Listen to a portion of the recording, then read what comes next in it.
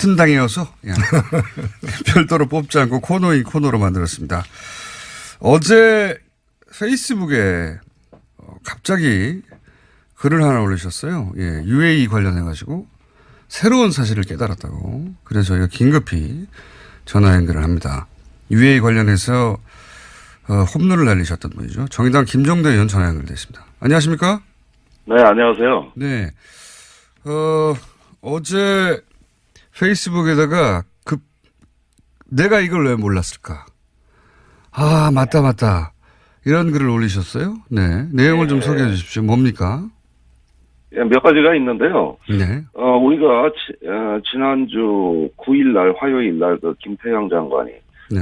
UAE하고 군사비밀협정은 대통령과 국회 모르게 내가 다 했다. 그랬죠. 이러면서 충격적인 인터뷰를 했는데, 예.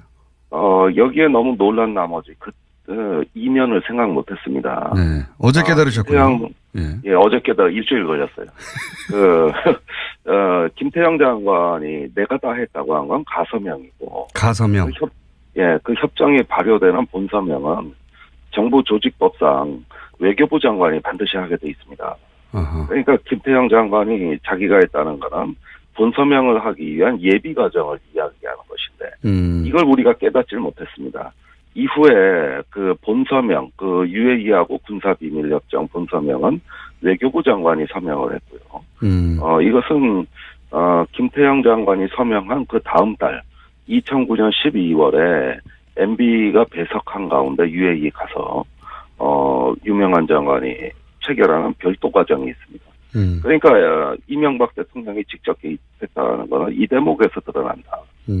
예, 김태형 전 장관 단계는 아니랄지라도. 김태형 전 장관이 본인이 몰래 했다는 것은 설사 본인이 주체가 돼서 했다 하더라도 그건 가서명에 불과하고 본서명은 외교부 장관이 하게 돼 있고 그랬다는 것은 이명박 전 대통령이 보고가 되었고 이명박 전 대통령이 알고 있는 상태에서 했을 수밖에 없다 이런 말씀이신 거죠? 예, 그렇습니다. 예, 간단한 사실이었는데 네. 김 장관의 인터뷰에 현혹된 나머지 그 사실을 뒤늦게 깨달았고요. 첫 번째는 그다음에 협정 내용도 예. 자동 개입 조항이 들어가 있다는 걸 김태형 장관이 시인하지 않았습니다. 예. 근데 그냥 추상적인 자동 개입 조항인 줄 알았는데 그게 아니고 예. 한 UAE 연합 그 군사 지휘 체계도 구성하고 어허. 공동 작전 계획도 수립하고 어허. 유사시에 우리 군의 그 UAE 투입을 위한 증원부대 편성이라든가 거의 한미동맹 수준의 버금가는 이러한 내용으로 구체화된 내용이 이 협정에 담겨 있다는 거. 이런 것들을 봤을 때 최근에 그 협정을 이행하는 과정에서 송영무 국방장관은 이건 뭐 도저히 이행이 불가능하다고 판단했던 구체화된 내용이 더 들어있다는 것. 그러니까 단순히 자동 개입 수준이 아니라 대단히 구체적인 내용이다 이게. 예, 한미동맹 하면서 배운 거는 UAE 가서 다 써먹으려고 했던 것 같아요. 어허. 그렇군요. 내용이 더 심각하다. 그리고 그 외에도 또 있어요. 이런 지적도 하셨어요. 이것이 이제 임종석 대통령 비서실장이 UAE 방문해서 이런 일이 터진 거라고 언론들은 보도를 했고 전반적으로 다들 그렇게 이해했는데 그게 아니다. 이 문제가 본격적으로 불거진 것은 다른 시발점이 있다. 이렇게 말씀하셨어요? 저는 의혹의 초점은 작년 11월 중순이에요. 네. 이명박 대통령이 왜 중동에 방문했느냐. 바레인을 갔었죠. 그때 당시에 바레인에 간 걸로 되어 있단 말입니다. 예. 근데 분명히 그 전에 11월 초에 송영무 장관이 갔을 때도 그다지 탈이 안 났는데, 네. 이명박 대통령이 중순에 갔다 오고 논란이 격화되면서 무언가 비상사태가 발생이 됐다. 이건 현지에서 감지가 된 겁니다. 그래서 왜 그때 이명박 대통령이 급히 중동에 방문했느냐. 이게 의혹의 초점이 될 수밖에 없다고. 그러니까 초점이 임종석 비서실장이 왜 방문이 아니라 이명박 전 대통령의 중동 방문으로 맞춰줘야 된다. 이런 말씀이시네요? 네, 그렇습니다.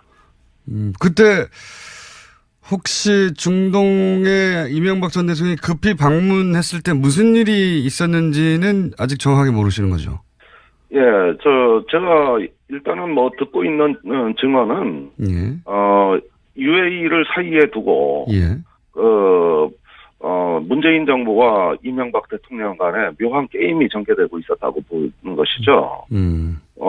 분명히 우리는 과거 정부의 어떤 잘못된 협정을 수정하려고 시도했던 것이고, 예. 이명박 대통령은 그러면 이게 원전으로 불똥이 튀고 자기의 자원외교 업적이 훼손되고 위신이 추락할 수 있다는 가능성을 염두에 뒀던 것이고, 그러다 보니까 문재인 정부와 이명박 대통령이 다 중동으로 달려가는 이런 어떤 이상한 일이 벌어졌다는 것이고요. 그래서 작년 11월 상황에 대해서 면밀한 검토가 필요합니다. 이명박 전 대통령이 중동에 가서 단순히 강연만 하고 온 게 아니고 그 강연이 급히 잡힌 것은 사실은 강연을 명분으로 해서 가서 뭔가 하고 왔다. 근데 그게 뭔가 좀 이상하다. 뭔가 좀 이상하다. 그걸 밝혀야 하는 거다 지금 이런 말씀이시네. 예. 이런 말씀이시고. 그리고 또 마지막으로 얘기한 것이 그 UA 원전의 경제 효과도 언급을 하셨어요. 이 대목은 어떤 이야기입니까? 예, 제가 다시 확인해 본 결과 400억 달러 원전 수주라는 이명박 대통령 측의 그 말은 사실과 맞지 않는다. 원전 수주가 아니라 투자라는 것이죠. 실제 그 금액은 400억 달러가 아니라 180억 달러고 그 중에서 100억 달러가 한국 부담이에요. 나중에 원전을 이렇게 투자해서 지면 전기료라든가 그 운영 수익으로 우리가 원금을 회수하는 것이기 때문에 이건 원전 수주가 아니라 원전 투자라고 봐야 됩니다. 투자권을 따낸 것이다. 그래서 알겠습니다. 400억 달러 원전 수주 이건 탑도 없는 얘기고 과장된 수치라는 것입니다. 알겠습니다. 여기까지 하고요. 우선 그 문제 제기를 하셨으니까 이명박 전 대통령이 중동에 왜 갔는지 한번 파악해 보신 후에 다시 한번 좀 구체적인 게 나오면 연결 다시 하겠습니다. 오늘 말씀 감사합니다. 예, 감사합니다. 예. 김정대 의원이 급히 페이스북을 쓰셔서 포커스는 이명박 전 대통령의 중동 방문에 맞춰야 된다 이렇게 말씀하셔서 저희가 연결을. 근데 또 따로 하려고 보니까 정의당 대표와 의원이 연속으로 있어가지고 코너인 코너로 저희가 해드렸습니다. 이 문제는 의미 있는 지적인 것 같아요, 굉장히. 그죠? 예, 저희들 다 파악을 하고 있고. 아, 그래요? 예. 아니, 지금 일부 언론에는 지난번에 원내대표들 만난 걸로 인해서 다 덮어졌다 이렇게 얘기하는데 전혀 사실이 아니고요. 명확하게 해야 될 것은 김승태 의원 등 그 자유한국당에서 엉뚱하게 제기한 문제들이 더 이상 계속 제기하기 힘들게 되니까 자유한국당이 꼬리를 내렸다. 이렇게 봐야 되고 이 사안에 대한 어떤 진실과 또 과정에 문제가 있었다면 문제가 해결되는 것은 지금 진행 중이에요.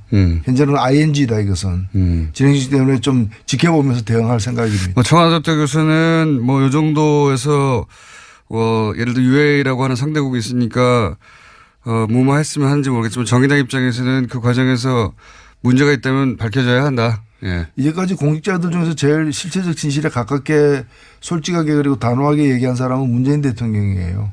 지난 신년 기자회견 때 문제가 있었다는 것과 그리고 저쪽에서 상대국에서 그 공개하지 않기를 원한다는 것과 그걸 존중해야 되니까. 그리고 또 하나는 뭔가 그럼에도 불구하고 잘못된 문제는 수정 보완하겠다라고 얘기를 했고 미래에는 밝혀질 것이라고 얘기를 했습니다. 언젠가는 밝혀질. 그래서 수정 보완이 진행 중인 걸로 저희들은 알고 있고 예의주시하고 있다. 이명박 전 대통령은 왜 갔다고 보십니까? 그것도 저는 곧 드러나리라고 봅니다. 뭔가 좀 아시는 게 있는 표정이신데. 결국엔 천하의 비밀은 없다. 다수와 관련해서도 그렇듯이 다 드러나게 돼 있습니다. 초기에 제가 이것은 뭔가 이간질이 일어난 것 같다고 제가 표현한 적이 있는데 당대 최고의 촉입니다. 그러지 않고선 이런 일이 벌어질 수 없다. 이명박 전 대통령이 중동에 간 것은 강연이 아니라 가서 뭔가 이간질을 한 것 같다. 이렇게 표현한 적이 있는데 내용이 좀 나올 건가 봅니다. 정의당에 의해서. 자, 기대해 보고요. 어제 그 판사 블랙리스트가 나왔어요.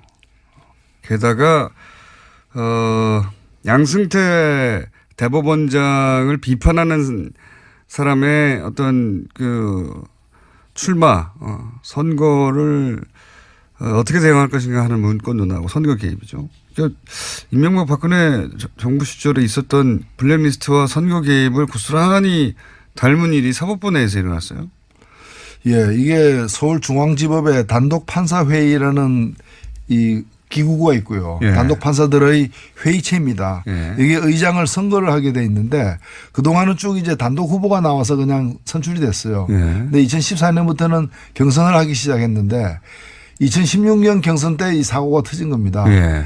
이때 어떤 분이 유력한 후보로 이렇게 경선에 출마를 했는데 결국 이분이 나중에 당선은 됐습니다. 예. 당선은 됐는데 굉장히 지지를 많이 받는 후보였는데 문제는 지금 이제 드러난 이 비밀 문건에 네. 이 선거 때 이 예. 유력한 후보를 갖다가 꺾기 위해 가지고 예. 법원 행정처에서 예. 법원 행정처장 등 법원 행정차장 등 고위 관계자들이 대항마를 세워서 예. 그러니까 이제 자기 측 후보를 예. 법원 행정처 측 후보를 갖다가 내세워가지고 꺾으려고 했던 모의를 했던 문건이 드러난 거예요. 그게 왜 안 없애고 거기 남겨놨을까? 그러니까 이게 자기들은 지웠는데 예. 이제 이걸 다시 읽어낸 거죠. 포렌식으로 찾아낸 거군요. 포렌식으로 해서 읽어낸 건데 이게 이때 그 문제가 됐던 건 왜 그러면 이 사람을 꺾으려고 했는가? 바로 예. 이 사람이 박상옥 대법관 후보 인사청문회 무렵에 저 대법관은 1987년 박종철 사건 때 그 고문치사를 갖다가 은폐했던 그 장본인인데 은폐하고 왜곡했던 그 검사 시절에 장본인인데 저런 사람이 대한민국의 대법관이 됐으면 되느냐라는 의견을 현직 판사로서 소신 있게 올려서 주목받았던 사람이에요. 이 사람을 안 되게 만들려고 했던 거예요. 그러니까 이게 꼭 이런 겁니다. 노조 위원장 선거를 하는데 위원장 후보가 깐깐하니까 회사 측 후보를 내세워 가지고 꺾으려고 했던 부당노동 행위죠. 이게 사실은 헌법의 법관의 독립이라는 게 외부 권력으로부터의 독립도 있지만 사법부 내부에서의 독립도 중요한데 헌법을 갖다 위배한 부분이 있고 또 이것은 이 법률적으로도 보면은 이거야말로 직권남용인 거죠.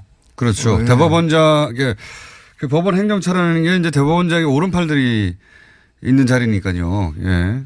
대법원장을 비판했기 때문에 그리고 또 현직 대법원장이 보기에 정치적 성향이 자기가 안 맞기 때문에 못 되게 만들려고 하는 거 아닙니까? 안 되게 만들려고.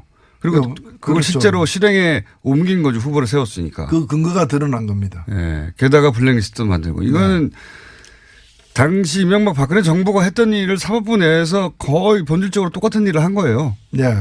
똑같은. 그래서 이것은 이대로 덮고 넘어갈 수 없는 문제다. 맞습니다. 이건 수사 대상이 돼야 된다고 봅니다. 그러면 이게 사상 최초로 전직 대법원장이 그죠? 예. 대법원장이 지금 포토라인에 쓰는 거 아니야? 이런 얘기까지 나오고 있어요. 어떻게 보십니까? 조심조심. 예, 참 유구무원입니다. 입이 있어도 말하기가 두려운 할 말을 잃게 만드는 참담한 상황입니다. 그러니까 그런 상황을 전혀 이럴 땐 이런 표현을 쓰죠. 전혀 배제할 수 없다. 이거 상상하기 힘든 일인데. 근데 보통 이런 얘기는 이제 추정과 또는 뭐 그 주장과 이런 게 난무하는 수준에서 시끄럽다가 끝나야 되는데 이번에는 문건들이 나와버려서요. 이게 이제 당시에 문제가 됐을 때 이 PC를 확보하고 그 PC를 계속 복원하고 있었지 않습니까? 근데 이걸 못 열게 했었죠. 예, 그러니까 그 판사들의 어떤 자유로운 그런 이제 이 의결 과정에 그 법원의 사법부 최고 권력이 개입을 한 거예요. 그러니까요. 이제까지 이걸 태블릿 PC가 이제 업무용 PC를 갖다 열지 못하게 했잖아요. 그때 그렇죠. 이유가 뭐가 개인정보가 들어가 있다 그랬거든요. 양승태 대법원장 시절에 못 열게 했죠. 개인의 사생활이 들어가 있을 수 있기 때문에 열면 안 된다. 프라이버시 침해다고 했는데 그럼 이러한 부당한 개입이 대법원장의 사생활이었냐. 요거를 막으려고 했던 거죠, 사실은. 그렇죠. 이게 문서가 드러날까 봐. 근데 드러나 버렸네요. 이거는 정치권이 뭐 국정원이나 혹은 뭐 공무원사에 개입한 거는 차원이 다른 거라 그런 불법 행위를 판단하고 또 죄를 묻고 하는 사법부가 스스로 이런 일을 했기 때문에 훨씬 더 충격이 큰 거죠. 판사사회 내부에서 그냥 넘어갈 수 있겠는가. 법의 최후의 보루인데 거기서 이렇게 했으니까요. 이거 그냥 넘어갈 수 없을 것 같은데요. 그렇습니다. 네. 보건소가 전염병에 감염된 거죠. 보건소가 전염병에 그럴 때는 보건소 가면 안 됩니다. 보건소가 전염병 감염된 게 아니라 보건소에서 전염병을 막 만들어내고 있었던 겁니다. 네. 그냥. 그러니까 보건소가 움직이면 그게 퍼지게 되는 거죠. 네, 그런 상황입니다. 이거 이제 그 보도가 그렇게 많이 되고 있지는 않은데 내용적으로 보면 굉장히 우리 사회에 큰 파장을 미칠 사건입니다. 예. 정치인들은 감옥에 갔다가도 다시 나와서 또 국회의원 되기도 하잖아요. 예. 사면 복권 내고 다시 그런데 이건 그거하고 다르거든요. 정치권에서는 비일비재하던 일이었지만 사법부에서 이러는 거는 전례가 없기 때문에 그래서 말을 조심하시는 거죠 지금. 그래서 놀라운 거죠. 이게 흐르는 물에는 2급수도 있고 3급수도 있을 수 있지만은 돈 주고 파는 그 고급 생수가 2급수나 3급수였다면 그 말이 안 되는 거잖아요. 양승태 전 대법원장 어떻게 해야 됩니까? 일단은 저는 엄정하게 수사할 것은 수사하고 조사할 건 조사해야 된다고 봅니다. 자, 그런 큰 사건이 하나 있습니다. 그리고 국민의당 바른정당도 이제 점입 가경 상태입니다. 이제 되돌릴 수는 전혀 없고요. 예. 다리는 서로 건넜고요, 완전히. 근데 바른정당은 근데 또 추가로 탈당을 박인숙 의원이 해서 바른정당이 한 자릿수로 줄어버렸어요. 네. 한두 명 더 할 수도 있을 것 같고. 예. 원희룡 제주지사도 망설이는 것 같고요. 그리고 안철수 대표 국민의당에서는 이제 전당대회를 어떻게든 치러야 되니까 물러설 수가 없잖아요. 물러서면 이제 다 죽으니까. 그러니까 전당대회를 치러야 되는데 전당대회를 치러서 사실은 거기서 합당을 결정해내기가 굉장히 어려우니까 지금 당규를 바꾸고 있다고 하죠. 네. 예. 맞춤형 당규죠. 예. 그래서 분산도 시도하고 또 온라인 오프라인 나누고 하여튼 근데 전체적으로 보면은 어떻게 하든 온갖 무리수를 갖다가 감수해서라도 목적은 달성하겠다. 그런 거죠. 라는 태세인 것 같고 그래서 그렇다 보면은 목적은 달성될 수도 있습니다. 맞습니다. 근데 이제 손에 쥐는 게 뭔가 이사를 했는데 이사 비용이 집값보다 더 비싸. 그럼 왜 이사를 했느냐. 집값보다 더 비싸. 그러니까 지금 바꾼 당규는 이런 식인 거죠. 국회에서 국회의장이 본회의를 하고 본회의장 안에 국회의원들 다 모여서 하는데 그게 아니라 이제 국회 본회의를 본회의장에서만 하는 것으로 인정하는 게 아니라 저기 동사무소에서 비디오로 중계하면 거기서도 본회의 하는 걸로 쳐주고 그죠? 그렇게 바꾼 거예요. 굉장히 무리수인데 어쨌든 그렇게 했습니다. 바꿨어요. 당권을 가지고 있다 보니까. 그래서 전당대회에서 어떻게든 그리고 이제 의장의 권한도 이제 제한했죠. 굉장히. 원래는 의장이 이제 개회를 선언해야 되는데 시간만 되면 자동으로 개표가 되고 시간만 되면 개표가 끝나는 것으로 만들어 버려가지고 혹시 의장이 도장이 망치로 쾅쾅쾅 안 두드릴까봐 그것도 장치를 만들고 해서 어떻게든 되긴 될 것도 같아요. 그렇습니다. 되긴 될 것도 같습니다. 이걸 어떻게 보십니까? 바른정당 그 와중에도 또 이제 각 대표들은 자기 정치의 입장을 드러내야 되니까 바른정당 유승민 대표는 한반도기를 들고 입장하는 거는 안 된다라고 했고 안철수 대표는 한반도 기도 안 되고 인공기도 안 된다.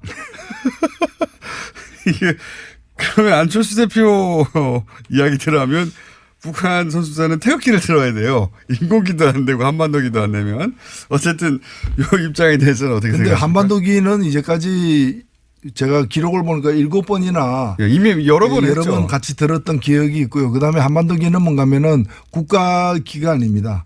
우리가 이제 공동 선수단이라는 이름으로 뭔가 정치적으로 의미 있는 퍼포먼스를 하기 때문에 그게 합당하게 그 길을 갖다 양쪽 그래. 길을 다 들 수 없어서 드는 거고요.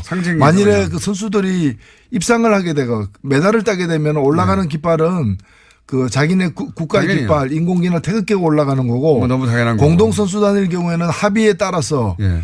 한반도 기가 올라갈 수도 있고 각각의 기가 공동으로 2개 다 올라갈 수도 있는 예. 그건 합의가 아직 안 됐기 때문에 지켜봐야 될 거고 그래서 태극기가 안 올라간다거나 또는 인공기에 대해서 인공기를 들고 들어오면 안 된다는 얘기는 저는 상당히 충격적이에요. 그러니까 북한을 어떻게 하라는 거야 그러면? 그거는 참가하지 말라는 얘기 아니에요. 참가하면 자기 나라 국기를 그 드는 건데. 북한이 참가한 모든 올림픽에서 인공기를 들고 들어갔어요. 북한만이 아니라 모든 참가 국가가 그렇죠. 예. 당연한 권리죠. 너무 당연한 건데. 이게 정말 금성에서 온 분이 아닌가. 안철수 대표가 갑자기 한반도기는 안 된다. 이거는 이제 유승민 대표하고 그러니까 태극기를 들어야 된다는 의미죠. 이거는. 네. 그렇게 이해할 수도 있는데 인공기도 안 된다는 건 제가 처음 들어본 아니 자기들 국기인데 그걸 못 들게 하는 게 말이 됩니까?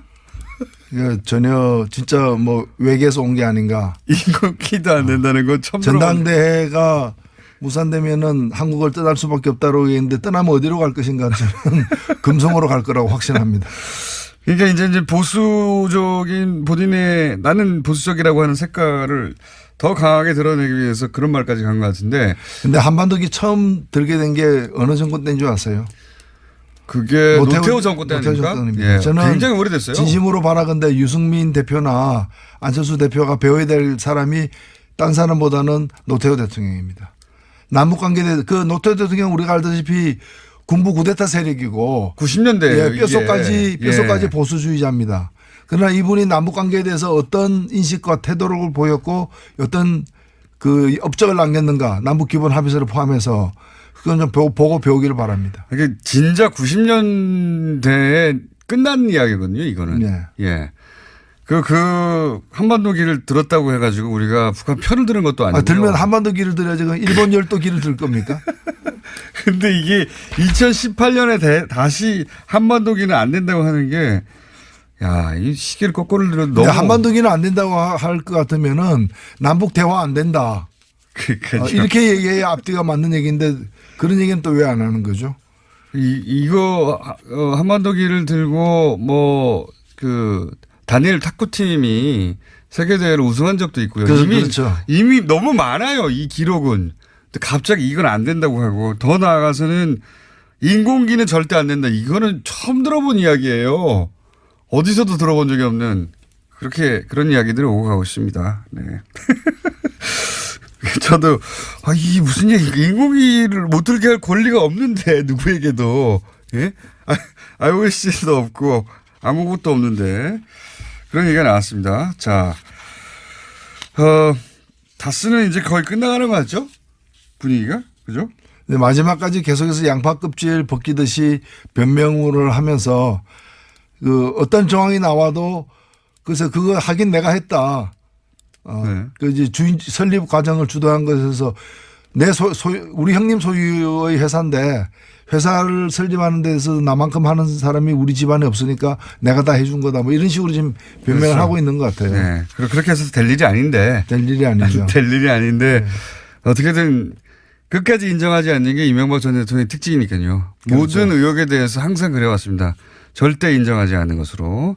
그리고 나서 어떻게든 해결하려고 하죠. 뒤로. 과거에는 그게 통했습니다. 대통령이기도 했고 이번에는 어렵다. 그런 생각이 저는 들고 게다가 특활비까지 이게 터졌어요. 예, 그 특활비는 사실 대통령의 지시가 아니고서는 갈 수가 없는 돈이에요. 실제로 그렇죠. 다른 지금 박근혜 정부 때도 특활비 간 걸 보면은 국정원장이 다 알잖아요. 예.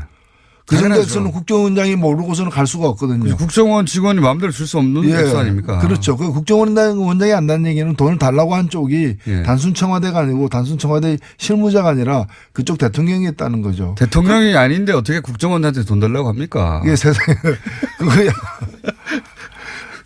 상상할 수 없는 일이죠. 천하의 사기꾼도 그 짓은 못 하는 거죠. 그래서 뭐 너무 뻔한데 이와간 이제 또 아니라고 하고 있고요.